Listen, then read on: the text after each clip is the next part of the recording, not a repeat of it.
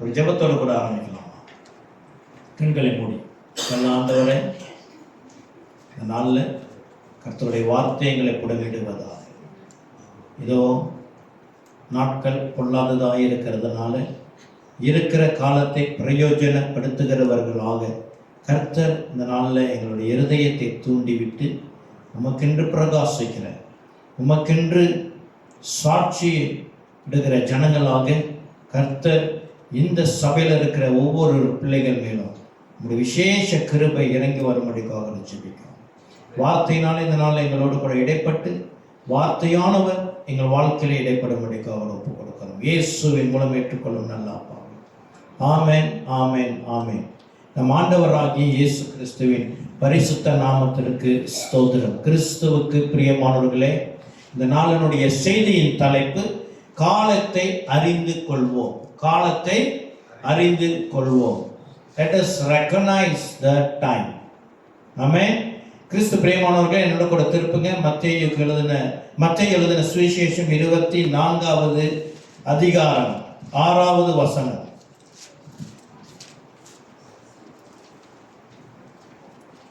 யாராவது படிங்க. மற்றவங்களை படிக்க சொன்னோன்னே சாரா நீ படிக்க மாட்டேங்க, நீங்களும் படிக்கலாம், எல்லாரும் படிங்க. நான் உங்களை ஸ்டாப் பண்ணல, சரிங்களா? யாராவது ஒரு ஆள் எடுத்தவங்க சீக்கிரம் படிச்சிருங்க.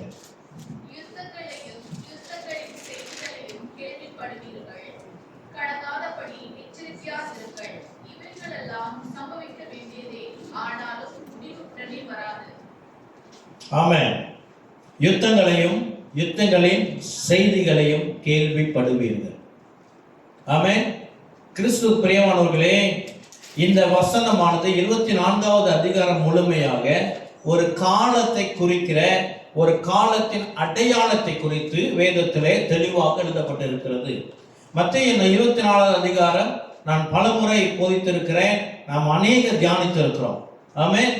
நாளுக்கு நாள் இந்த வேதத்தை 24வது அதிகாரத்தை நான் ஒரு 20 வருடமாக போதித்து வருகிறேன். 20 வருடமாக போதித்து வருகிறேன். 24வது அதிகாரத்தில் இருக்கிற சம்பவங்கள் நாளுக்கு நாள் இன்னும் அதிகமாக மோர் ரியல், இன்னும் உண்மை உள்ளதாக நான் காண்கிறேன். எப்படி இருக்குதுன்னா, நம்ம ஹைவேல டிராவல் பண்ணும் பொழுது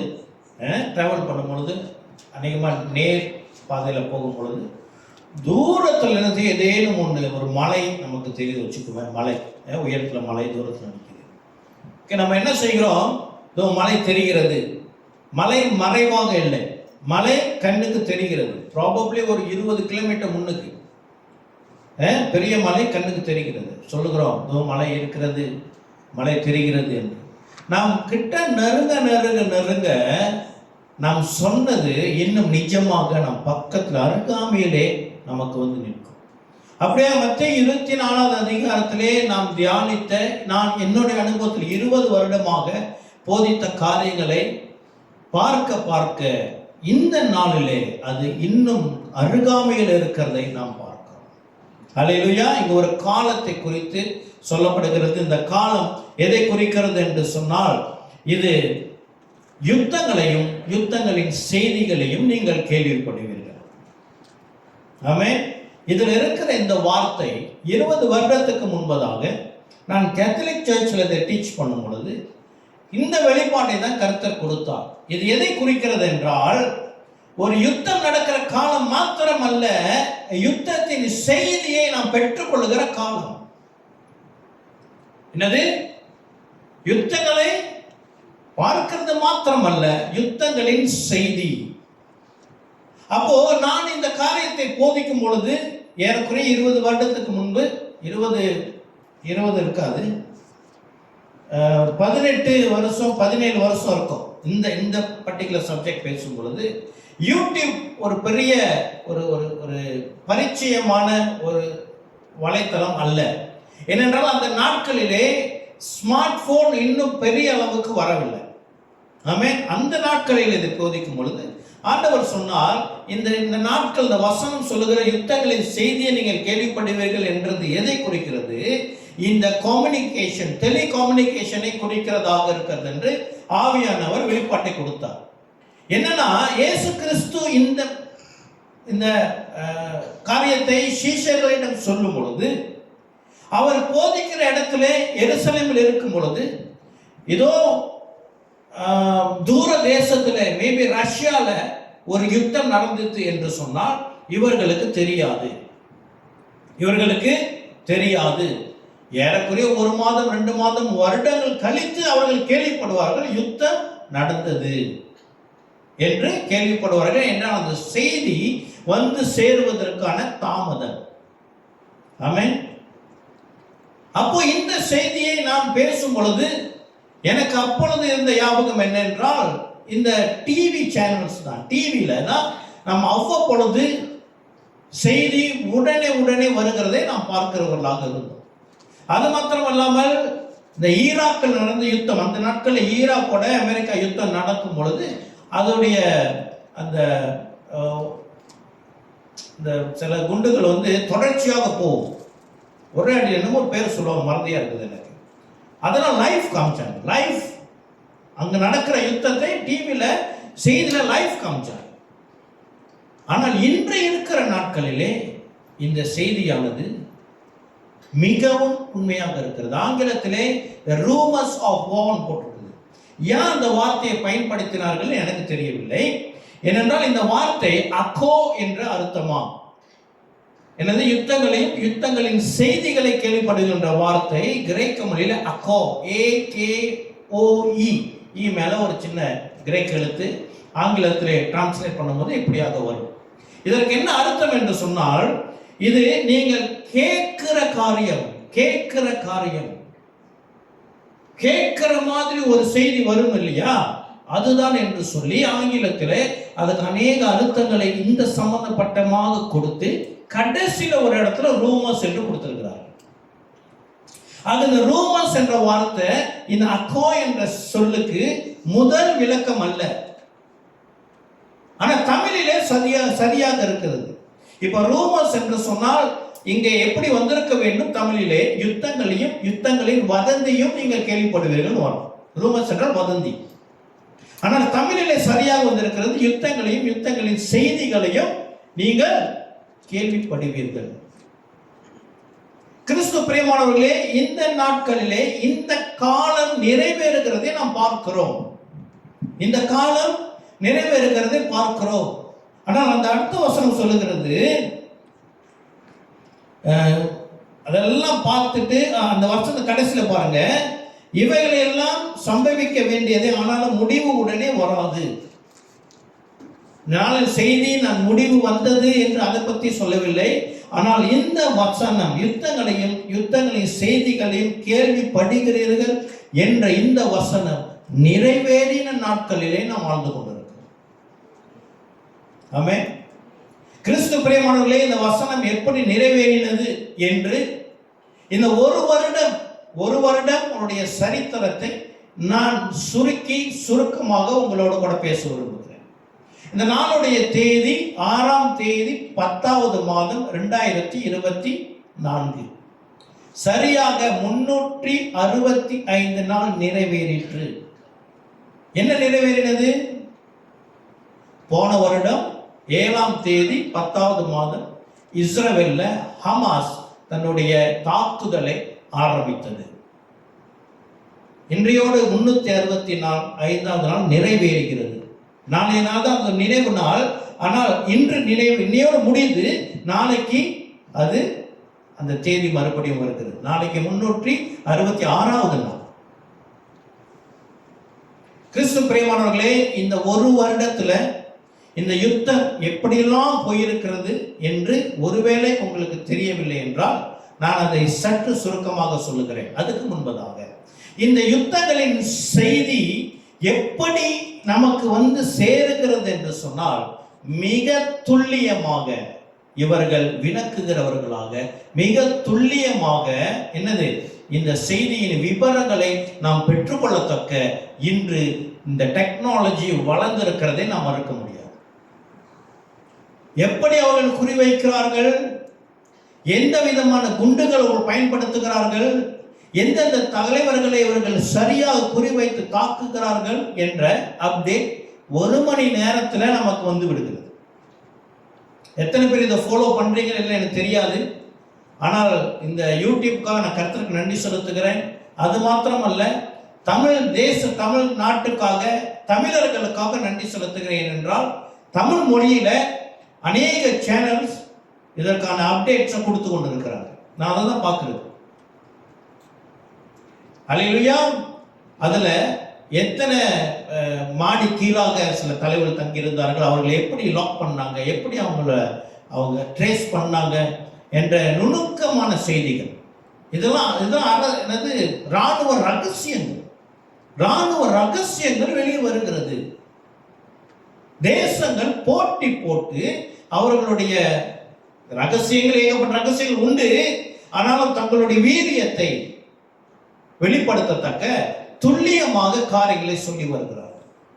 இதற்கு முன்னுக்கு இதெல்லாம் நமக்கு தெரியாது. பேலிஸ்டிக் மிசைல் நமக்கு தெரியாது.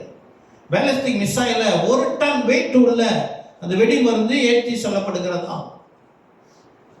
2000 கிலோமீட்டர் போகக்கூடிய 2000 கிலோமீட்டர் தூரம் யோசிச்சு பார்ப்போம். 2000 கிலோமீட்டர் தூரத்துக்கு போறதுக்கான பேலிஸ்டிக் மிசைல் இருக்கிறது. இது வெளிவந்த தகவல் மட்டுமே. என்னது? வெளிவந்த தகவல் மட்டுமே. வெளிவராத தகவல்கள் நமக்கு தெரியாது. அல்லேலூயா. அதுவும் இல்லாம இந்த இஸ்புல்லா இயக்கத்தின் தலைவராக இருந்த ஹசன் நசருல்லா அவர்களை இவர்கள் எப்படி துல்லியமாக குறிவைத்து அடித்தார்கள் என்ற சில நுணுக்கமான தகவல்களை கேட்கும் பொழுதே நமக்கு ஆச்சரியமாக இருக்கு. ஆமென். இதைதான் வேதம் குறிக்கிறது. யுத்தங்களின் செய்திகளையும் நீங்கள் கேள்விப்படுவீர்கள். கிறிஸ்து பிரியமானவர்களே, நாம் காலத்தை அறிந்தவர்களாக இருக்க வேண்டும். We must recognize the time. இது எந்த காலத்தில் வாழ்ந்து கொண்டு இருக்கிறோம் என்று நாம் அறிந்தோம் என்று சொன்னால் நம்முடைய வாழ்க்கை மாறும். நம்முடைய வாழ்க்கை மாறும். ஒரு பயணத்திற்காக நாம் ஒரு தேதி, ஒரு காலத்தை குறித்திருப்போம். இந்த நாளில் என்னோட பயணம் என்று சொன்னால், இதோ ஒரு 6 மாதத்துக்கு முன்னுக்குவாக, இப்போ உதாரணத்துக்கு நம்ம சர்ச் கேம்ப் இருக்கு இல்லையா, 6 மாதத்துக்கு முன்னைக்கே நம்ம டேட் கொடுத்துட்டோம் இல்லையா. அந்த டேட் ஃபிக்ஸ் எல்லாம் நம்ம எல்லா பேர் கொடுத்தாச்சு. அல்லேலூயா. நம்ம என்ன செய்வோம்?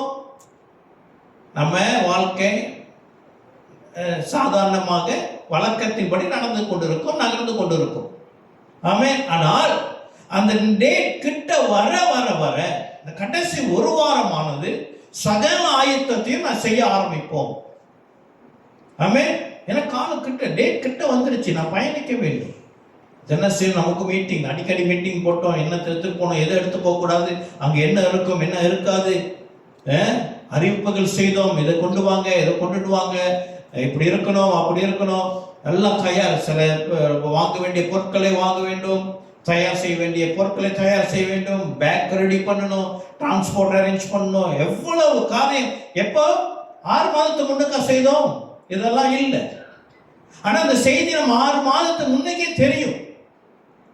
இன்ஃபேக்ட் அடுத்த வருஷம் சர்ச் கேம்ப் இருக்கு, நமக்கு தெரியும். இன்னும் டேட்டு இடம் ஃபிக்ஸ் பண்ணல, ஆனா நமக்கு தெரியும். ஆமா இல்லையா? ஆனா அதோடைய பரபரப்பு எப்ப இருக்கும்?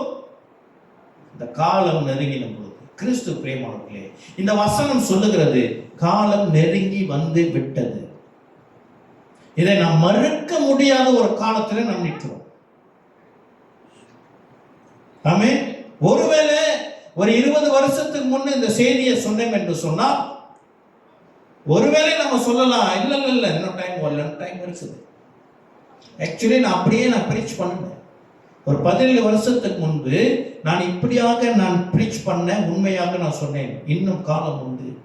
இதோ நான் போதிக்கிறதுனால ஏதோ இந்த வருஷத்துல ஆண்டவர் வந்துவார் நான் சொல்லல, இதுக்கு இன்னும் காலம் உண்டு என்று சொல்லி 17 வருடம் ஆகிவிட்டது. ஆமென். ஆனால் இன்று நடக்கிற காரியங்களை பார்க்கும் பொழுது நாட்கள் பொல்லாததா இருக்கிறதை நாம் மறந்துவிடக்கூடாது. ஆகினால என்ன சொல்லுகிறது? நாட்கள் பொல்லாததா இருக்கிறதுனாலே, எபேசியர் 5:16, இருக்கிற காலத்தை பிரயோஜனப்படுத்திக் கொள்ளுங்கள். ஆமென். அதுக்கு இன்னும் ஆழமாக நான் போக போகிறோம். சரி, 7ஆம் தேதி 10வது மாதம் 2023 ஹமாஸ் இஸ்ரேலை முதலாவது தாக்கினது. நமக்கு வந்த செய்தி என்ன? அவர்கள் என்ன செய்தார்கள்? 251 பிணை கைதிகளை எடுத்து சென்றார்கள். அங்கு சில பேர்களை கொன்று போட்டார்கள் என்று. ஆனால் உண்மையான தகவல் என்னவென்றால், அவர்கள் ஏகப்பட்ட காரியம் செஞ்சிருக்கிறார். சிறு குழந்தைகளை 200-300 பேர் கொண்டு இருக்கிறாங்க, சுட்டு கொண்டு இருக்கிறாங்க. ஆயிரக்கணக்கான பேருக்கு பாலியல் துன்புறுத்தல் கொடுத்திருக்கிறாங்க. பெரிய நாசத்தை செய்துவிட்டு ஹமாஸ் சென்றது. ஆனால் இந்த உலகத்தில் இருக்கிற மீடியா அநேக காரியங்களை மறைத்து விட்டது என்று இஸ்ரவேலினுடைய பிரதமர் யுஎன்ல பேசும் பொழுது அவர் அதை தெளிவாக சொன்னதை நீங்க ஒருவேளை அதை பார்த்திருக்கலாம். ஒரு வாரத்துக்கு முன்பதாக, ஒரு 10 நாள் முன்பதாக அவர் யுஎன்ல பேசின ஸ்பீச்ல இதெல்லாம் ரொம்ப டீட்டெயிலா சொல்றார். ஆமென். அதுக்கு பிறகு என்ன ஆனது? அன்றிலிருந்து இஸ்ரேல் ராணுவம் ஐடிஎஃப் என்ன செய்தது? காசாவை அடிக்க ஆரம்பித்தது. அதிலிருந்து வெஸ்ட் பேங்க் தாக்குதல் போனது. இதுல ஹெமன் நாட்டிலிருந்து ஹவுதிஸ் அவர்கள் உள்ளே வந்தார்கள். அவர்கள் இந்த கப்பல் பக்கம் எல்லாம் தாக்குதலை ஆரம்பித்தார்கள். அதில் ஈரான் உள்ளே வந்தது. ஈரான் உள்ளுக்கு வர்றதுக்கு ஹெஸ்புல்லா எங்க? லெபனான்ல இருந்து. லெபனான்றது இமிடியேட் நெய்பர் இஸ்ரேலுக்கு. இஸ்ரேலுக்கு மேல லெபனான் இருக்கு, பார்டர் இருக்கு, 82 கிலோமீட்டர் பார்டர் இருக்கு. அவர்கள் அங்கிருந்து தாக்குதலை இட்டார்கள். ஆனா இஸ்ரேலோட தாக்குதல் லெபனானுக்கு போகவில்லை. அப்ப அவங்க என்ன செஞ்சாங்க? அந்த நாட்கள் உங்களுக்கு செய்தி பார்த்தவங்களுக்கு தெரியும், அங்க இருக்கிற ஏர்போர்ட்ஸ் எல்லாம் அவங்க அடிச்சாங்க. ஏன்னா அங்கிருந்து அட்டாக் வரக்கூடாது. சின்ன சின்ன தாக்குதல் இருந்தது. அங்கிருந்து இப்ப தாக்குதல் எங்க போனது? லெபனான் போனது, சிரியாவுக்கு போனது, ஈராக்ல தாக்குதல் செய்தார்கள். எல்லா இடத்துலையும் இந்த ஈரான் நாட்டுடைய ப்ராக்சிஸ், அவர்களுடைய எப்படின்னா அவங்களுடைய கூலி படை அப்படின்னு சொல்லலாம். ப்ராக்சி என்றால் கூலி படை. அவர்கள் எல்லா தேசங்களும் அநேக கூட்டங்கள் இந்த மாதிரி வைத்திருக்கிறார்களாம். அங்கிருந்து எங்க போனது? ஈரான் எழும்பின உடனே அங்குள்ள அந்த லீடர் இறந்து போனார், விபத்தில் இறந்து போனார். அப்புறம் இஸ்ரேல் என்ன செய்தது? ஹவுதிஸ் அடிக்க ஆரம்பிச்சிச்சு. இப்படியாக யுத்தம் போய்கொண்டு இருக்குது. இன்றும் லெபனான்ல யுத்தம் நடந்து கொண்டு இருக்கிறது. இப்போ போன வாரத்தில், இந்த கடந்த வாரத்தில், முடிஞ்ச வாரத்தில் ஹவுதிஸ் என்ன செஞ்சது? இதை அவங்க அந்த கடலில் வந்த ஒரு பிரிட்டிஷ் கப்பலை அது அடித்து தகர்த்துனது. இதுல என்ன செய்யப்பட்டது? இப்போ ஹவுதிஸை அந்த குரூப் எங்க ஹெமன் நாடை தாக்குவதற்கு தாக்கி விட்டது அமெரிக்காவும் பிரிட்டிஷும் சேர்ந்த விமானப்படை. இப்ப பாத்தீங்களா எங்க ஆரம்பிச்சிச்சு? இப்ப பிரிட்டிஷ் அமெரிக்கா நேராக களத்தில் இறங்கி விட்டார்கள். அவ்வளவு தூரம் போனது. இப்ப ரஷ்யா உள்ள வருது, டர்க்கி நாடு அது சம்பந்தப்படுகிறது, ஜார்டன் சம்பந்தப்படுகிறது. ஜார்டன் வந்து இப்போ 4-5 நாள் முன்னுக்கு ஈரான் அனுப்பின பேலிஸ்டிக் மிசைல் ஜார்டனோட ஏர்ஸ்பேஸ்ல வரும்போது ஜார்டன் அதை தகர்த்து நிறுத்தினது. கிறிஸ்து பிரியமானவர்கள், நான் ஏன் இதெல்லாம் சொல்றேன்னு சொன்னா, இந்த காலம் நிறைவேறினது. எந்தெந்த குண்டு யார போட்டா, எங்கெங்க எந்த நேரத்தில் வந்தது, எங்கெங்க பாதிக்கப்பட்டுச்சு, எத்தனை பேர் காயப்பட்டாங்க, எத்தனை பேர் மரித்து போனாங்க, எல்லா செய்திகளும் துல்லியமாக இதோ இதுல இருக்குது. எத்தனை பேர் ஃபாலோ பண்றீங்க தெரியும்? கிறிஸ்து பிரியமானவர்களே, இதை நான் உங்களை ஃபாலோ பண்ணுங்கன்னு சொல்லல, பட் இதுதான் காலம். மற்ற 24:6 வசனம் நிறைவேறின காலத்திலே நாம் வாழ்ந்து கொண்டிருக்கிறோம். ஹல்லேலூயா. ஆக கிறிஸ்து பிரியமானவர்களே, இப்ப வேத வசனத்துல 2000 வருஷத்துக்கு முன்பதாக ஆண்டவர் சொன்ன இந்த காரியம் துல்லியமாக நிறைவேறுகிறது என்று சொன்னார். ஆமென். துல்லியமாக நிறைவேறுகிறதை நாம் பார்த்தோம் என்று சொன்னால், இந்த வேதம் காலங்களை குறிக்கிற ஒரு விசேஷமான சத்தியம் நிறைந்த வசனம் என்று நாம் அதை மறுக்க முடியாது. இந்த வேத வசனம், Bible is very particular about times. காலத்தை குறித்து வேதம் மிகவும் அக்கறை உள்ளதாக, இந்த வேதம் மாத்திரமே காலங்களை குறிக்கிற தேவனுடைய வார்த்தையாக இருக்குது. வேற எங்கெல்லாம் குறிக்கப்பட்டிருக்கு அப்படின்னு பார்த்தோம் என்று சொன்னால், கடைசி நாட்கள்ல இந்த இந்தியன் தமிழர்கள், they could be Hindus, அவங்களே என்ன செய்யறாங்கன்னா ரெஃபரன்ஸ் பைபிள் தான் இருக்கிறாங்க. வேற எந்த புத்தகமும் இந்த காலங்களை குறித்து பேசவில்லை. அல்லேலூயா. ஆக கிறிஸ்து பிரியமானவர்களே, கர்த்தருடைய சித்தம், இந்த உலகமானது எதை நோக்கி பயணிக்கிறது என்று சொன்னால் தேவனுடைய திட்டம், தேவனுடைய சித்தம், தேவனுடைய காலம். இந்த உலகமானது பயணிக்கிற அந்த உலக ஜனங்கள், மக்கள் நினைக்கலாம் சொந்த ஞானத்தில் அவர்கள் செய்து கொண்டிருக்கிறார்கள், சொந்த ஞானத்திலே அவர்களுடைய நாடுகளையும் அரசாங்கத்தையும் இந்த உலகத்தையும் நடத்தி கொண்டிருக்கிறார்கள் என்று அவர்கள் நினைத்தாலும் இது எல்லாம் கர்த்தருடைய காலத்துக்குள்ளாக நிறைவேறுகிறது உண்மை. அதில் எதெல்லாம் நிறைவேறுகிறது என்றால் அரசியல், நாடுகளுடைய அரசியல் அதிலே கர்த்தருடைய காலத்தின்படி பிரயாணிக்கிறது. இந்த கடைசி நாட்களில் வாழுகிற தலைவர்கள், நாட்டின் தலைவர்களும் கர்த்தருடைய சித்தத்தின்படி அது இந்த காலம் நிறைவேறுகிறதாக இருக்கிறது. ஏன்னா ராஜாக்களை தள்ளி ராஜாக்களை ஏற்படுத்துகிற ஒரு கர்த்தர், அவர்கள் தானாக எதையும் செய்கிறதில்லை.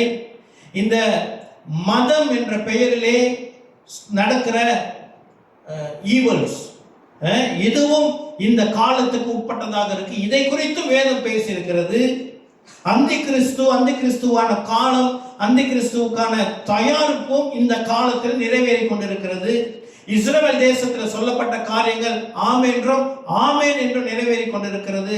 டெக்னாலஜியோடைய வளர்ச்சி, தொழில்நுட்பத்துடைய வளர்ச்சியும் இங்க நிறைவேறி கொண்டிருக்கிறது. ஞானம், அறிவு, இது எல்லாம் இந்த கடைசி நாட்களிலே. அது மாத்திரம் இல்லாமல் இந்த ஜியோகிராபிக்கல் சேஞ்ச், உலகத்தில் இருக்கிற இந்த புவியியல் இருக்குது இல்லையா, இது அனைத்தும் நிலநடுக்கங்கள், ஏகப்பட்ட காரியங்கள் வேதத்தின்படி துல்லியமாக நிறைவேறி கொண்டிருக்கிறது. ஆமென். அது கிறிஸ்து பிரியமானவர்களே, கர்த்தருடைய சித்தம், கர்த்தருடைய சிந்தையிலே, கர்த்தருடைய திட்டத்திலே, கர்த்தருடைய அநாதி திட்டத்திலே காலங்கள் என்னவா அவருடைய கைக்கு உட்பட்டதாக இருக்கிறது, அவருடைய கைப்பிடிக்கு உட்பட்டதாக இருக்கிறது. இயேசு கிறிஸ்து உலகத்துக்கு வெளிப்பட்டதும் கலாத்தியர் 4:4-5 சொல்லுகிறபடி காலம் நிறைவேறின போது ஸ்திரீகளுக்குள்ளாக என்று சொல்லி சொல்லுகிறது. அங்கேயும் காலத்தை குறித்து பேசப்பட்டிருக்கிறது. ஆக என்ன சொல்ல வருகிறேன், கர்த்தர் பரிசுத்தத்து மேல எவ்வளவு அக்கறை உள்ளவராக இருக்கிறாரோ, அன்பு உள்ளவராக, அன்பின் மேல எவ்வளவு அக்கறை உள்ளவராக இருக்கிறாரோ, கிருபையில எவ்வளவு அக்கறை உள்ளவராக இருக்கிறாரோ, அவருடைய வல்லமையில எவ்வளவு அக்கறை உள்ளவராக இருக்கிறாரோ, அதே போல காலத்தின் மேல் கர்த்தர் அக்கறை உள்ளவராக இருக்கிறார். ஆமென். ஆக நாம் கர்த்தரோடு பயணிக்கிறவர்களாக இருந்தோம் என்று சொன்னால் இந்த காலங்களை நாம் அறிந்திருக்கிறவர்களாக இருக்க வேண்டும். நம்முடைய வாழ்க்கை வழக்கத்தின்படி இருக்கிறது என்று சொன்னால், கிறிஸ்து பிரியமானவர்களே, நம்முடைய ஜெபம், நம்ம வேத வாசிப்பு, சபை கூடி வருதல், சபையோட ஜெப கூட்டம், பைபிள் ஸ்டடியில் எல்லாம் நம் வழக்கத்தின்படி இருந்தோம் என்று சொன்னால் நம் காலத்தை அறிந்திருக்கவில்லை என்று அர்த்தம். ஆமென். ஆக கிறிஸ்து பிரியமானவர்களே, போன வாரம் செய்தியில நாம் பார்த்தோம், இந்த சபை கூடுதல் என்பது அன்று பிரதான ஆசாரியன் வருடத்துக்கு ஒரு முறை சொல்லுகிற மகா பரிசுத்த ஸ்தலத்தை காட்டிலும் மேன்மையானது. ஏனென்றால் இந்த தருவாயை கர்த்தராகிய இயேசு கிறிஸ்து தன்னுடைய இரத்தத்தை பரலோகத்துக்கு எடுத்து சென்று இப்ப நம்ம கூடி வருகிற இந்த தருணத்தை அவர் பரலோக பிரசன்னத்திலே நம்மை கொண்டு வந்திருக்கிறார் என்று நாம் பார்த்தோம். We are better than the holy of holies. ஹல்லேலூயா. நம்ம கூடி வந்திருக்கிற இந்த இடமானது, நான் பில்டிங் பத்தி பேசல, பட் இந்த தருணம் என்னது, மகா பரிசுத்த ஸ்தலத்தை காட்டிலும் இன்னும் உயர்ந்தது. ஹல்லேலூயா. அப்படி என்றால் இந்த சபையிலே கர்த்தர் ஒரு காலத்தை குறித்து வைத்திருப்பார் இல்லையா? உலகத்திலே அவருடைய காலம் நிறைவேறுதலை பார்த்தோம். ஆமென். உலக அரசியலும் இந்த காலத்துக்கு உட்பட்டு இருக்கிறது, பொருளாதாரம் உட்பட்டு இருக்கிறது, ராஜாக்கள் தலைவர்கள் உட்பட்டு இருக்கிறார்கள், இஸ்ரவேல் தேசம் உட்பட்டு இருக்கிறது, உலக தேசங்கள் உட்பட்டு இருக்கிறது என்று சொன்னால், நான் என்னுடைய தனிப்பட்ட வாழ்க்கை இந்த காலத்திலே கர்த்தர் ஏதோ ஒரு காலத்தை வைத்திருக்கிறார், அதிலே நம்முடைய வாழ்க்கை உட்பட்டு இருக்குமா இருக்காது? புரியுதுங்களா? என்னோட கேள்வி புரியுதுங்களா? ஏன்னா போன வாரம் நான் சில பிள்ளைங்கள்ட்ட கேட்கும் பொழுது, இல்லை நீங்கள் ஆரம்பத்தில் பேசுறது ஒன்றுமே புரியல, கடைசியில் வந்தால் தான் புரிஞ்சிச்சின்னு அப்படின்னு சில பேர் சொன்னீங்களா இல்லையா? இப்போ வரைக்கும் பேசுறது புரியுதா? ஃபாலோ பண்ண முடியுதா? இல்லாட்டி சொல்லுங்க, நான் திருப்பி சொல்றேன். புரியல? சொல்லுங்க, என்ன புரியுது? அதான் என்ன புரிஞ்சிச்சு? அதுதான் இது அப்படின்றீங்களா? இல்லை இதுதான் அதுன்றீங்களா? சொல்லுங்க. என்னன்னா, கர்த்தர் காலத்தை திட்டமிடுகிறவர். முதல் பாயிண்ட். அந்த காலத்தின் திட்டம் அவருடைய படைப்புக்கு முன்பில் இருந்து அது நிறைவேறி கொண்டு வந்திருக்கிறது. அதிலே ஒரு காலமானது இயேசு கிறிஸ்து உலகத்துக்கு வெளிப்பட்டார். கலாத்தியர் 4:5-6 காலம் நிறைவேறின போது ஆண்டவர் வெளிப்பட்டாராம். சரி, இப்ப 24:6 பார்த்தோம். இது ஒரு காலத்தை குறிக்கிறது. இந்த காலத்தில் என்ன நடக்கும் என்றால், யுத்தங்களின் செய்திகளையும் நீங்கள் கேள்விப்படுவீர்கள். அந்த யுத்தம் இஸ்ரேல் நடந்து அது எத்தனை நாடுகளில் பரவி இருக்கிறது. மறுபுறம் அங்க வடகொரியா, தென்கொரியா 2 பேருக்கும் அங்கு ஒரு யுத்தம் நடக்கிறது. சைனா தாய்வான் யுத்தம் நடந்து கொண்டு இருக்கிறது. இங்கே பாகிஸ்தான் இன்று ஒரு செய்தியை பார்த்து நான் ஆரம்பிப்பை பார்க்கவில்லை. பாகிஸ்தானும் பங்களாதேஷும் ஏதோ சதி செய்கிறார்களாம் இந்தியாவுக்கு எதிராக. இங்கே ரஷ்யா யுக்ரைன் வார் அது வருடக்கணக்காக நடந்து கொண்டு இருக்கிறது. அதோடைய செய்திகளை நாம் துல்லியமாக கேட்கிறோம். இந்த காலம் நிறைவேறினதை பார்க்கிறோம். ஆமென். Okay, time நிறைவேறினது. நிறைவேறின காலத்தில் வாழ்ந்து கொண்டிருக்கு. இன்னும் நிறைய காலங்கள் நிறைவேற போகிறது. அதே போல சபைக்குள்ளாகவும், அவருடைய சொந்த சபைக்குள்ளாகவும், மனவாட்டியின் வாழ்க்கையிலையும் அவர் ஒரு காலத்தை வகுத்து வைத்திருப்பார். இப்ப நான் இந்த காலத்துக்கு வெளிப்பட்டவன் அல்ல. இந்த உலகத்தில் இருக்கிற எல்லாருமே உலகத்திலே நியமிக்கப்பட்ட காலத்துக்கு உட்பட்டவர்கள். புரியுதுல? உலகத்தில் இருக்கிற எல்லா ஜனங்களும் இந்த காலத்துக்கு உட்பட்டவர்கள். இந்த சபையானது விசேஷித்தது. இது சபைக்குள்ளாக கர்த்தர் ஒரு காலத்தை நியமித்து வைத்திருக்கிறார். புரியுதா? இப்போ இது என்ன, இது எப்படி நிறைவேற வேண்டும், நம்முடைய வாழ்க்கை இந்த காலத்தோடு எப்படி பயணிக்க வேண்டும் என்று ஆவியானவர் நம்மோடு கூட வேத வசனத்தோடு பேசுவாராக. அல்லேலூயா. ஆமென். எத்தனை பேர் சொல்றீங்க புரிஞ்சிருச்சு, ஃபாலோ பண்ண முடியுது? எத்தனை பேர் தயாரா இருக்கிறீங்க அடுத்த கட்டத்துக்கு போகிறது? அல்லேலூயா. ஒரு அல்லேலூயா சொல்லுவோமே. ஆமென், ஆமென், ஆமென். சரி, சொல்லி வளர்க்க வேண்டியதா. தண்ணி குடிச்சுக்கிற.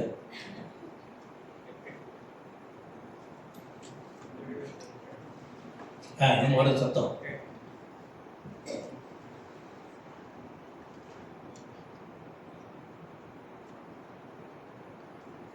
சரி, என்னோட படத்தில் இருக்குங்க.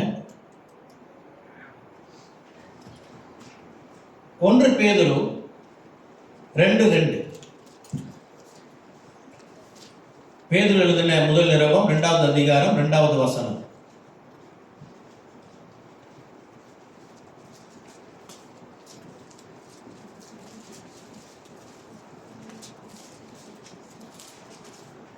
வாசிங்க, எடுத்துட்டு வாசிங்க.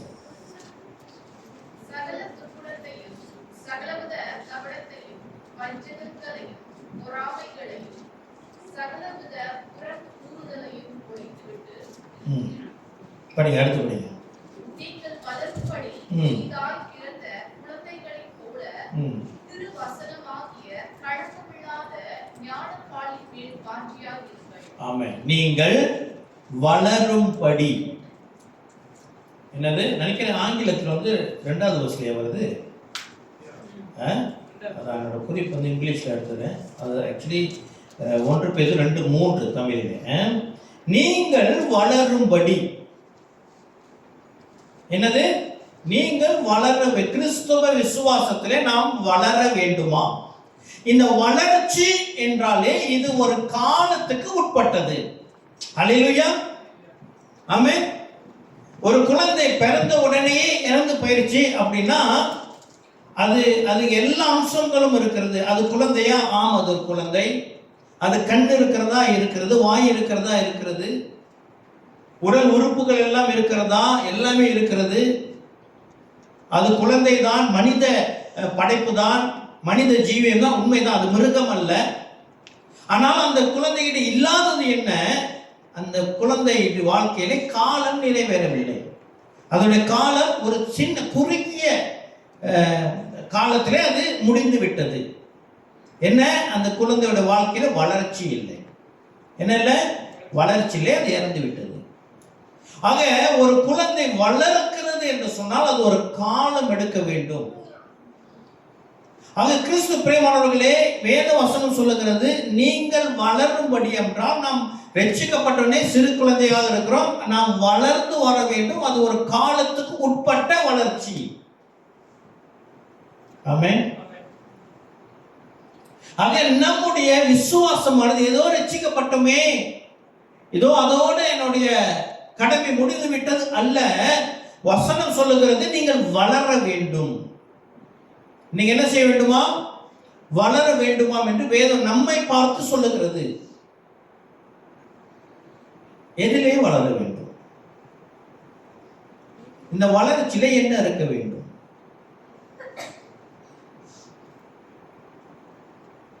என்ன? இந்த வளர்ச்சியில என்ன இருக்க வேண்டும்? விசுவாசத்தினால் தான் ரட்சிக்கப்பட்டிருக்கிறோம். கர்த்தருடைய விசுவாசம் தொடங்கினவர் அவர், முடிக்கிறவரும் அவர்.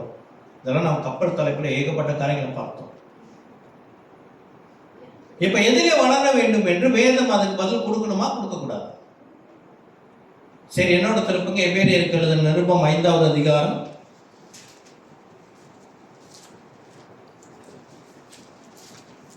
எபேரியருக்கு எழுதின நிருபம் 5 வசனம் 12. நான் படிக்கிறேன். காலத்தை பார்த்தால் என்ன ஆரம்பிக்குது? இங்க பாருங்க, எல்லாரும் என்ன பாருங்க. காலத்தை பார்க்கும் பொழுது, யாரு இதை எழுதினவர்? அநேகமா பவுலாக இருந்தால் அவர் என்ன செய்கிறார்? இந்த சபையை நோக்கி பார்க்கிறார், காலத்தையும் நோக்கி பார்க்கிறார். ஒரு புறம் காலம் வளர்ந்து கொண்டிருக்கிறது, காலத்தை யாராலும் நிறுத்த முடியாது, அது போய்கொண்டே இருக்கிறது.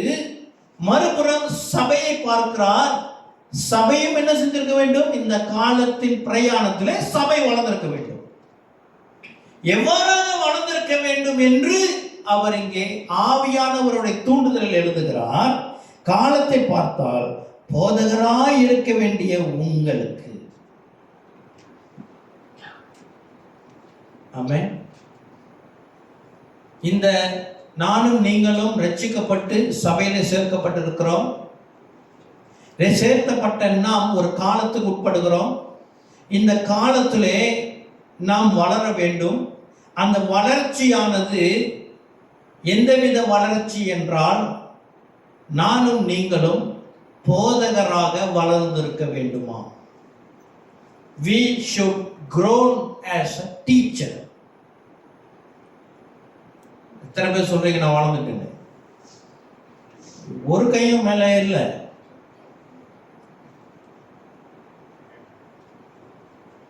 இது என்னுடைய சொந்த கருத்துங்களா? நீங்க சொல்லுங்க. நானா எழுதின வார்த்தையா? பைபிள் உள்ளது தானே, நமக்கு கொடுக்கப்பட்டது தானே. இல்லை நான் தவற வாசிக்கிறேன்னா? இல்லை தானே, உள்ளதை உள்ளபடி தானே வாசிக்கிறேன். ஒரு முறை 2 முறை மற்ற இங்கிலீஷ் பைபிள் எல்லாத்தையும் செக் பண்ணிட்டு தான் நான் சொல்றேன். எழுத்து பிள்ளையும் அல்ல, மொழிபெயர்ப்பு தப்பும் அல்ல. வேதம் ஆம் என்றும் ஆமேன் என்றும் சத்தியமாக எழுதப்பட்டிருக்கிறது. அப்ப வேதம் சொல்லுகிறது, சபைக்குள்ளாக விசுவாசியா வருகிற நீ போதகனாக மாற வேண்டும். இல்லை என்றால் இன்னும் வளரவில்லை. இது ஆபத்தான வார்த்தையா? இந்த காதல வாங்கி அந்த காதல விட்டுக்கிற ஒரு வார்த்தையா? ஓனேலா அப்பாலா. கிறிஸ்து பிரியமானவர்களே, இது மிகவும் நம்மை யோசிக்க வைக்கிற ஒரு வசனம். காலத்தை பார்த்தால் போதகராய் இருக்க வேண்டிய உங்களுக்கு தேவனுடைய வாக்கியங்களின் மூல உபதேசங்களை மறுபடியும் உபதேசிக்க வேண்டியதாய் இருக்கிறது. நீங்கள் பலமான ஆகாரத்தை அல்ல, பாலை உண்ணத்தக்கவர்களானீர்கள். அவர் சொல்லுகிறார், காலத்தை பார்க்கும்போது காலம் வளர்ந்து கொண்டு இருக்குதுங்க. நீங்க இவ்வளவு நாளா இருக்கிறீங்களே, ஒரு நாள் சபைக்கு வருகிறீர்களே, நீங்கள் என்னாலும் போதகரா இருக்கணும். நீங்க ஊழியர்களை ஸ்தாபிச்சிருக்கணும். நீங்க மற்றவங்களுக்கு சுவிசேஷத்தை அறிவிக்கிறவர்களாக இருக்க வேண்டும், வேதத்தை கற்றுக் கொடுக்கிறவர்களாக இருக்க வேண்டும். ஆனால் உங்களுக்கு இன்னும் மூலோபதேசத்தை இன்னும் சொல்லிக் கொடுக்க வேண்டியதாக இருக்கிறது என்று சொல்லி அவர் புலம்புகிறதை பார்க்கிறோம். இந்த எழுதினவர் அநேகமாக பவுலா இருந்தார்னா என்னன்னா, இவருக்கு இருக்கிற நாலேஜ்ல மெல்கிசேதேக் அது ஒரு ஆழமான ரகசியம். மெல்கிசேதேக்கை பத்தி ஆழமா பேசி வருகிறார். 4வது அதிகாரத்திலிருந்து வருகிறார். மெல்கிசேதேக் இயேசு கிறிஸ்துவுடைய பிரதான ஆசாரியனுடைய ஊழியம், எப்படி இயேசு கிறிஸ்து பிரதான ஆசாரியன் ஊழியத்தை அவருடைய வாழ்க்கை நிறைவேறினது, மெல்கிசேதேக்காக தான் இவர் அபிஷேகம் பண்ணப்பட்டிருக்கிறார். எல்லாம் பேசிட்டு வந்து திடீர்னு வளர்ந்து நிற்கிறாரு. 11ஆம் வசனம், இந்த மெல்கிசேதேக்கை பற்றி நாம் விஸ்தாரமாய் பேசலாம், நீங்கள் கேள்வியில் மந்தம் உள்ளவர்களானபடியால் அதை விளங்க பண்ணுகிறது அரிதாய் இருக்கும். புரியுதா? 12ஆம் வசனம் ஒரு புலம்புறது. ஐயோ, இவ்வளவு ரகசியம் இருக்குதுங்க, இவ்வளவு இருக்கு நான் உங்களுக்கு சொல்ல வேண்டியது. ஏன்னா இதை குறித்து நான் இன்னும் ஆழமா பேச ஆவலா இருக்குது. ஆனால் நான் சொன்ன உங்களுக்கு புரியாது அப்படின்னு யாரு இதை எழுதினவர் சொல்லுகிறார். அப்படிதான் எழுதியிருக்கு. சொல்லிட்டு அது காரணத்தை சொல்றாரு, உங்கள்கிட்ட வளர்ச்சி இல்லை. காலத்தை பார்க்கும் பொழுது நீங்கள் போதகராய் இருக்க வேண்டும் அல்லவா, நீங்கள் இன்னும் பாலை தான் குடிச்சுட்டு இருக்கிறீங்க. அல்லேலூயா. கிறிஸ்து பிரியமானவர்களே, கர்த்தர் நம்மை இன்று இந்த சபையில இந்த உலகத்தில் நம்மை அழைத்தது எதுக்கு என்று சொன்னால், அவருக்கென்று நாம் பிரகாசிக்கிறவர்களாக, அவரை குறித்து பேசுகிறவர்களாக, அவரை குறித்து போதிக்கிறவர்களாக. கரெக்டான வார்த்தை ஆங்கிலத்தில் டீச்சர்ஸ்னு போட்டிருக்குது, தமிழ்ல போதகர் என்று போட்டிருக்கிறது. போதகர் என்றால் என்ன, டீச்சர் என்றால் என்ன? அவர்கள் தகுதி பெற்றிருக்க வேண்டும் போதிப்பதற்கு. அல்லேலூயா. இந்த தகுதியை I'm not talking about paper qualification. நீங்க பைபிள் காலேஜ்ல போயிட்டு இதை முடிச்சிட்டு வந்து டிப்ளமா டிகிரி இருந்தாதான் டீச் பண்ணணும் இல்லை. அந்த காலத்துல அப்படி ஒன்று இல்லை. ஆனால் அங்க யார் அந்த தகுதியை கொடுக்கிறவர்? பரிசுத்த ஆவியானவர். ஆமென். பரிசுத்த ஆவியானவர் நமக்குள்ளாக நின்று அவர் ஏங்கி கொண்டிருக்கிறார், இவன் இன்னும் வளரணும், இன்னும் வளரணும், இன்னும் வளரணும் அப்படின்னு. நான் ஒரு சேலஞ்ச் வைக்கட்டுமா? 5 நிமிஷம் கரெக்டாக டைம் கொடுக்குறேன். ஜெனசிஸ்லேருந்து ரெவலேஷன் வரைக்கும் யார் பட்டு பட்டு பட்டு பட்டுன்னு சொல்ல முடியும்? இவ்வளோ நாள் நம்ம தெரியுமா தெரியாதா? யார் தயாராக இருக்கிறீங்க?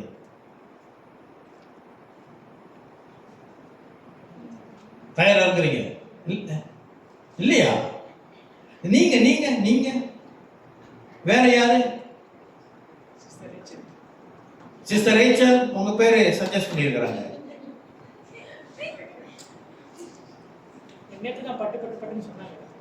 அப்படியா? ஒருவேளை நாங்க உட்கார்ந்து இருந்தேன்னா நான் ஏஞ்சி வந்திருப்பேன். ஏன்னா இது நல்ல வாய்ப்பு. யாரு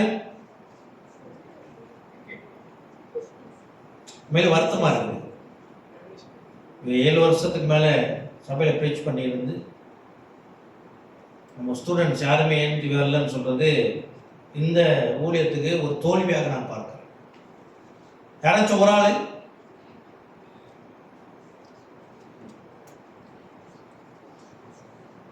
சரி, அடுத்த வாரம் தயாராகும். அடுத்த வாரம் இல்லை, அடுத்த வாரம் முதல் அறிவு சொல்ல மறந்துட்டு, அன்னைக்கும் அடுத்த வாரம் நம்ம மத்தியில் ஒரு விசேஷ ஊழியக்காரர் இருப்பார். இந்தியாவிலேருந்து ஒரு பாஸ்டர் வராரு. அப்புறம் அந்த குரூப்பில் நான் அப்டேட் பண்ணுறேன். சரியா? அப்போ நீங்கள் தயார்படுத்த வேண்டும். ஆகையினால தான் கிறிஸ்து பிரியமானவர்களே, நான் இந்த பைபிள் ஸ்டடியை ஏன் 2 வாரம் இன்னும் ஆரம்பிக்காமல் இருக்கிறேன் என்று சொன்னால், இந்த வசனம் என்னை ரொம்ப குறைந்தது. ஊழியத்தில் இருக்கிற எங்களுக்கு ஒரு பொறுப்பு இருக்கிறது. விசுவாசிகளுடைய வளர்ச்சிக்கு நாங்கள் பொறுப்புள்ளவர்களாக இருக்கிறதுனால, இப்போ நல்ல டீச்சர் என்ன செய்வாங்க? இப்போ நான் எஸ்ஆர்பி என்ன ஃபார்ம் 3 படிக்கும்போது எஸ்ஆர்பி எக்ஸாம் அப்போது எங்களுக்கு மலாய் பாடம் சொல்லி கொடுத்த அந்த டீச்சர் அவங்களுக்கு முதல் முறை ஃபார்ம் 3 ஸ்டூடெண்ட்டுக்கு மலாய் சப்ஜெக்ட் சொல்லி கொடுத்து, அவங்க மலாய்க்கார வார்த்தையாக இருந்தவங்க, அவங்களுக்கு கொடுக்கப்பட்டதுனால அவங்களுடைய சாதனை நான் சரியாக சொல்லிக் கொடுத்தேன் என்பதை நிரூபிக்கிறது மாணவர்களுடைய ரிசல்ட். அப்படிதானே? அப்போது நான் என்ன செய்கிறேன், எனக்கு இந்த மலாய் மொழி கொஞ்சம் அந்த நாட்களில், இப்போ மலாய் வர மாட்டேங்குது. அப்போ எனக்கு ரொம்ப பிடிக்கும், மலாய் நல்லா செய்வேன். நான் ரிசல்ட் எடுக்கிறதுக்கு ஸ்கூலுக்கு போகிறேன். கேட்டுக்கிட்ட வந்துட்டாங்க, எனக்காக காத்து கொண்டு இருக்கிறாங்க அந்த டீச்சர். உடனே கை கொடுத்துட்டு நீ ஏன் எடுத்துட்ட மலாயில் அப்படின்னாங்க. மற்ற சப்ஜெக்ட்லாம் கேட்காதீங்க ப்ளீஸ். அவங்க அவங்க ஒரே சந்தோஷம். ஏன்னா என்னுடைய வெற்றி அவங்களோட வெற்றி. ஹல்லேலூயா, ஆமென். ஆக இன்னைக்கு அழைப்பு கொடுக்குறேன், யாரும் முன்னுக்கு வரல. இது என்னுடைய வெற்றியா தோல்வியா?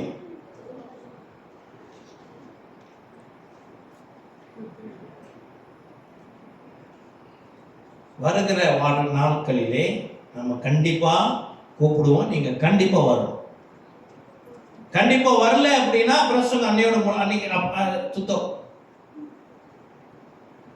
ஆக பைபிள் ஸ்டடியில நம்ம என்ன செய்யலான்னு ஒரு யோசனையா ஜெபம் பண்ணி இருக்கிறேன். பாஸ்டர் இன்னும் கலந்து பேசல. ஏதேனும் ஒரு புத்தகம், 1 கொரிந்தியர், கலாத்தியர், ஏதேனும் புத்தகம் எடுக்கப்பட்டு நம் முதல் அதிகாரத்தை நாம் செய்வோம். அந்த பைபிள் ஸ்டடியில் அந்த ஒரு முதல் அதிகாரத்தை எல்லாம் படிச்சுட்டு வரணும். எந்த வசனம் உங்களோட பேசுகிறதோ அதை நீங்கள் வெளியே வந்து பேசணும். ஒரு 5 நிமிஷம் 10 நிமிஷம் டைம். அதுக்கப்புறம் தான் நம்ம பைபிள் ஸ்டடி உள்ளக்கா போவோம். சபை கூடுதலில் நான் ரொம்ப பேர் இருக்கிறதுனால சபை கூடுதல் ஒரு ஒழுங்கில் போகுது. ஆக்சுவலி பைபிள் ஸ்டடிக்கு வரவங்களுக்கு தெரியும், நம்ம ரொம்ப ஃப்ரீயாக இருக்கும். பைபிள் ஸ்டடியில் ரொம்ப புதிய புதிய காரியங்களை பேசுவோம். நான் நோட்ஸே இருக்காது பைபிள் ஸ்டடியில். எனக்கு நோட்ஸ் இல்லை. இங்கே நோட்ஸ் வச்சிருக்கிறோம், அங்கே நோட்ஸ் இல்லை. எங்கெங்கேயோ போவோம். ஆவியானவர் அப்படி நடத்துவார். ஆக கிறிஸ்து பிரியமானவர்களே, வேதம் தேவனுடைய சித்தம், தேவனுடைய ஆசை, தேவனுடைய திட்டம், தேவனுடைய காலம் நிறைவேறுதல் என்னுடைய வாழ்க்கையிலும் உங்கள் வாழ்க்கையில் இறக்க வேண்டும் என்று சொன்னால், வேதம் சத்தியமாக நம்ம சொல்லுகிறது, நாம் போதகராக ஆக வேண்டும். அதற்கான முயற்சி நாம் எடுத்துதான் ஆக வேண்டும். காலம் நிறைவேறுதலை பார்க்கிறோம். காலம் பொல்லாததா, நாட்கள் பொல்லாததா இருக்கிறது. இருக்கிற நாட்களை நாம் என்ன செய்வீங்க? திடீர்னு அரசாங்கம் சொல்றது கிறிஸ்தவ சபை கூடக்கூடாது என்று சொல்லி. ஏன்னால் இப்ப யுத்தம் எப்படி போயிட்டு இருக்கிறது? ஒரு நாடு நாடு நாடு தீவிரவாதம் அப்படி இல்லை, இது மதம் உள்ளுக்கு வருகிறது. ஈரானுடைய சுப்ரீம் லீடர் தான் சொல்லுகிறார், இஸ்லாம் நாடுகள் ஒன்றுக்குண்டு வாழணும், மதத்து உள்ளுக்கு வருகிறது. நம்முடைய தேசமும் நாம் அறிந்திருக்கிறோம். What if the government says no more church gathering? நாட்கள் பொல்லாததா இருக்கிறதுனால இருக்கிற நாட்களை ஆதாயப்படுத்திக்கொள்ளும். 8:30 மணிக்கு ஒரு அவர் தான் நம்ம பேசுவோம். சம்டைம் 8:45 ஆரம்பிப்போம், 9:45 முடிஞ்சிடும். கீழே நல்ல ஒரு ஐக்கியம் செய்துட்டு நம்ம போவோம். ஒரு அவர். இந்த காலத்தை நம்ம என்ன செய்ய போவோம்? நீங்கள் பிரயோஜனப்படுத்திக் கொள்ளுங்கள். வேதம் சொல்லுங்கள், இதில் நாம் போதகர்களாக வளர வேண்டும். நம்ம வளர்ந்தோம், கர்த்தர் பயன்படுத்த ஆரம்பித்துள்ளோம். கிறிஸ்து பிரியமானவர்களே, பொதுவா என்னுடைய சாட்சியை நான் சொல்லுகிறேன். இந்த பாரம்பரியமாக சபைகளில் இருக்கிற ஊழியக்காரர்கள் எழும்புகிறது எப்படி என்றால், ஒரு சபையிலே விசுவாசி வளர வளர வளர அவர்களை சில பொறுப்புகள் கொடுத்து ஆரம்பிப்பார்கள். இந்த யூத்துக்கு லீடர், இந்த டெக்னிக்கல் அப்படின்னு சொல்லி ஆரம்பித்து அவங்க இன்னும் வளர வளர சபையில் மூப்பராக அவர்கள் நியமிக்கப்படுவார்கள். அதுக்கு பிறகு இன்னும் வளர வளர அவர்கள் போதகராக அவர்கள் படிக்க வைப்பார்கள். அதுக்கப்புறம் அவர்கள் போதகருக்கு அசிஸ்டன்ட் பாஸ்டராக அவர்கள் நியமிக்கப்படுவார்கள். அதுக்கப்புறம் அவர்கள் கிளை சபைகளை ஸ்தாபிக்க வேண்டியதாக இருக்கும், நியமிக்கப்பட வேண்டும். அப்படியாக வளர்ச்சி. நான் ஊழியத்துக்கு வந்த விதம், நான் இந்த சபைக்கு வரும்போதே ஊழியத்துக்கு என்று வந்தேன். இந்த சபைக்கு நான் வரும்பொழுதே தேவனுடைய வார்த்தையை போதிக்கிறதுக்காக வந்தேன். எப்படி என்று சொன்னால், கிறிஸ்து பிரியமான கர்த்தரை நாம் மகிமை அடைவதாக வேதத்தை போதிக்க வேண்டும், வேதத்தை பகிர்ந்து கொள்ள வேண்டும், ஜனங்களுக்கு சொல்லிக் கொடுக்க வேண்டும் என்று ஆவியானவர் என்னை ஏவினார். என்னை மட்டும் ஏவினார். வசனம் சொல்லுகிறது, சகல விசுவாசிகளையும் ஆவியானவர் இந்த வசனத்தை கொண்டு ஏவுகிறவராக இருக்கிறார். ஆக நான் ஒரு ஒரு டிப்ஸ் கொடுக்குறேன். பிள்ளைங்க நல்லா கேட்டுங்க, டிப்ஸ் கொடுக்குறேன். பிள்ளைங்க மாத்திரம் அல்ல, இருக்கிற எல்லாருமே இந்த வேதத்தை படிக்கிறவர்களாக, உலக பாடமாக இருந்தாலும் சரி, வேதமாக இருந்தாலும், இதை நான் எப்படி படிக்க வேண்டும்? நான் ஒரு டீச்சர் என்று சொல்லி இதை படிக்க வேண்டும். இதோ நான் படிக்கிறது நான் மற்றவர்களுக்கு போதிக்க வேண்டும். Learn as you are a teacher.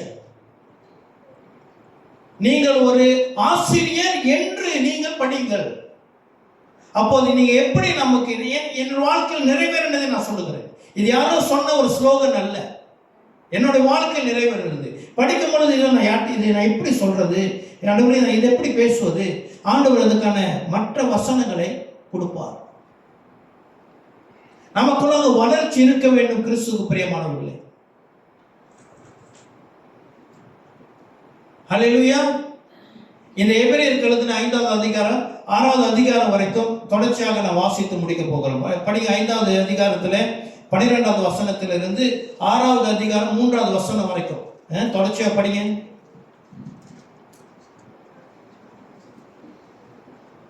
எபிரேயர் 5:12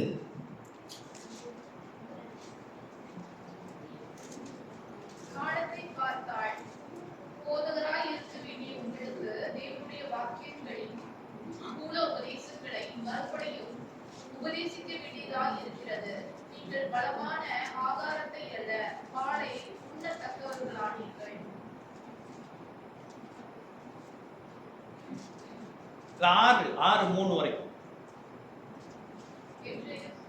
எபிரேயர் 5வது அதிகாரம் 12லிருந்து தொடர்ச்சியா வாசிச்சீங்கன்னா 6வது அதிகாரத்துக்கு வந்துருவீங்க. அந்த 3வது வசனம் வரைக்கும். குழந்தையாய் இருக்கிறபடியினாலே நீதியின் வசனத்தில் பழக்கமில்லாதவனாய் இருக்கிறான். பலமான ஆகாரமானது நன்மை தீமை இன்னதென்று பயிற்சியினால் பகுத்தறியத்தக்கதாக முயற்சி செய்யும். ஞானோத்திரியங்களையுடையவர்களாகிய பூரண வயதுள்ளவர்களுக்கே தகும். ஆமென். இன்னும் பாருங்க 14வது வசனத்துல இங்க பலமான ஆகாரமானது நன்மை தீமை இன்னதென்று பயிற்சியினால் மிகுதியாக இருக்கத்தக்க பயிற்சி கொடுக்குமா? நமக்கு ட்ரைனிங் வேணும். அதுதான் நம்ம செய்து கொண்டிருக்கோம். இப்பெல்லாம் ட்ரைனிங் தான். சபையில் உட்காரவே நம்ம தேவனுக்கு என்று யுத்த வீரர்களாக இருக்கிறோம். நமக்கு பயிற்சி கொடுக்கப்படுகிறது. சரி, தொடர்ந்து படுங்க. 6வது அதிகாரம்.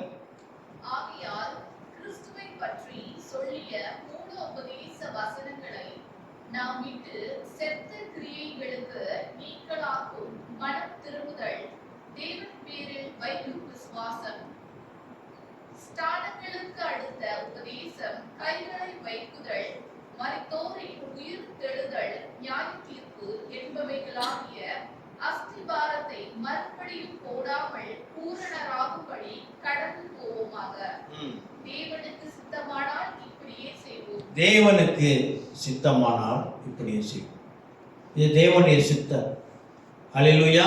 வேதம் நமக்கு கற்றுக் கொடுக்கிறது, நீ வளர்ந்து போதகனாக மாற வேண்டும் என்று. அல்லேலூயா. எத்தனை பேர் சொல்றீங்க நான் வளர்ந்து போதகனாக போகிறேன், கர்த்தருடைய சித்தம் என்னோட வாழ்க்கையில் நிறைவேற்ற வேண்டும் என்று சொல்றவங்க எழுந்து இல்லைங்க. ஜெபத்தோட கூட நம்ம கர்த்தர் பந்திக்குள்ளாக போகிறோம். ஆமென், ஹல்லேலூயா. அதுக்கப்புறம் நம்ம பாஸ்டர் போகிறோம். ஓ ஸ்தோத்திரம் ஆண்டவரே. அப்பா பிதாவே, உங்களுடைய வசனத்திற்கு நானும் என் வீட்டாரும் நானும் என் சபையினரும் உங்களுடைய பிள்ளைகள் எல்லாம் ஒப்பு கொடுக்கிறோம் ஆண்டவரே. பிதாவை கர்த்தர் எங்களை எடுத்து பயன்படுத்துவீராக.